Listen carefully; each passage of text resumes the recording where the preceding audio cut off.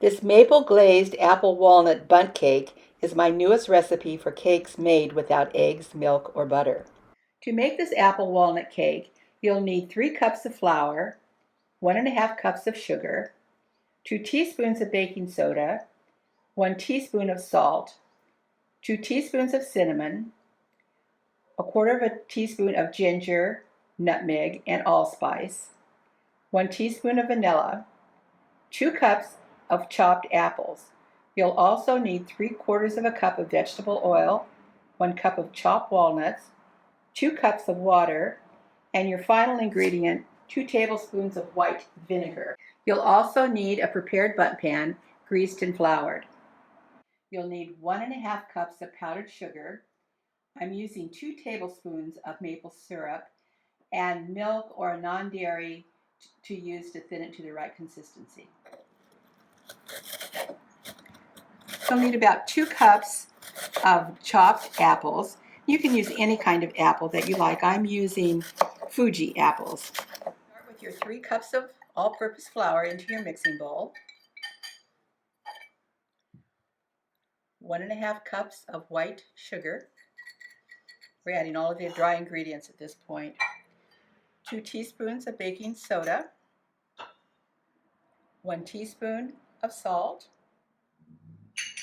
2 teaspoons of cinnamon, and 1/4 teaspoon each of ginger, nutmeg, and allspice. With my whisk, I'm just going to blend all of this together. After your dry flour and sugar mixture is mixed together, it's time to add your 2 cups of chopped apples and your 1 cup of chopped walnuts. Again, mix it all together, coat them with flour. The flour coating will help to suspend them in the baking process. As I'm coating my apples and walnuts with the flour mixture before I add my liquid, I've just preheated my oven to 350 degrees.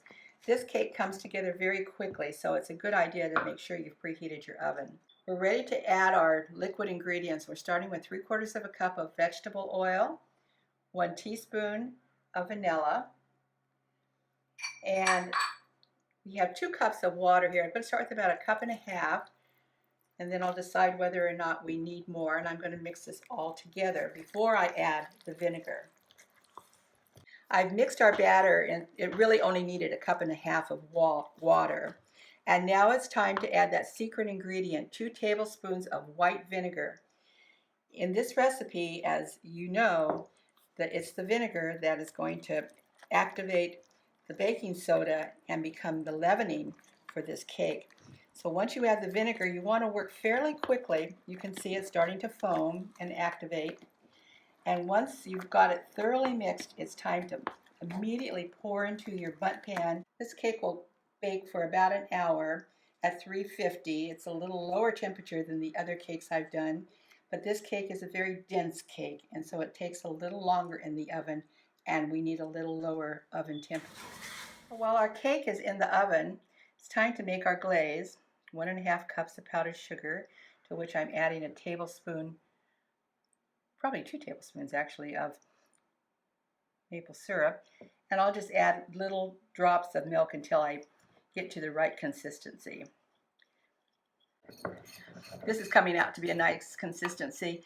I'm just using regular milk, but if you want to do something that's non-dairy, you could certainly use a non-dairy product, or probably even water until you get the consistency that you're looking for. Baked without eggs, milk, or butter, this maple glazed apple walnut cake is a delicious way to enjoy the flavors of autumn.